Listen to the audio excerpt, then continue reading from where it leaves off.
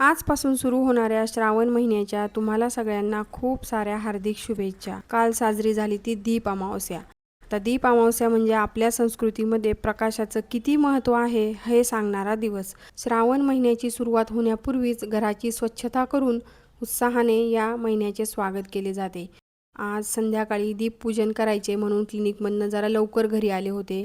कणकेचे दिवेही बनवायला घेतले वेगवेगळ्या प्रकारचे आणि मला काही एवढे छान व्यवस्थित जमलेही नाही, पण जसे जमेल तसे मी छान असे दिवे बनवून घेतले होते।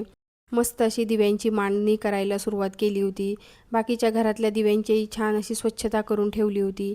तेलवातीची तयारी केली, मस्त पूजेची तयारी केली, दिवे मांडले, सगळे दिवे व्यवस्थित लावले आणि पूजेची सगळी छान मांडणी झाली। पुस्तकामध्ये ना दिव्यांची कहाणी दिलेली होती, तीही वाचली, कारण ह्या दीपपूजनाची परंपरा काय आहे ना हे मला जाणून घ्यायचे होते।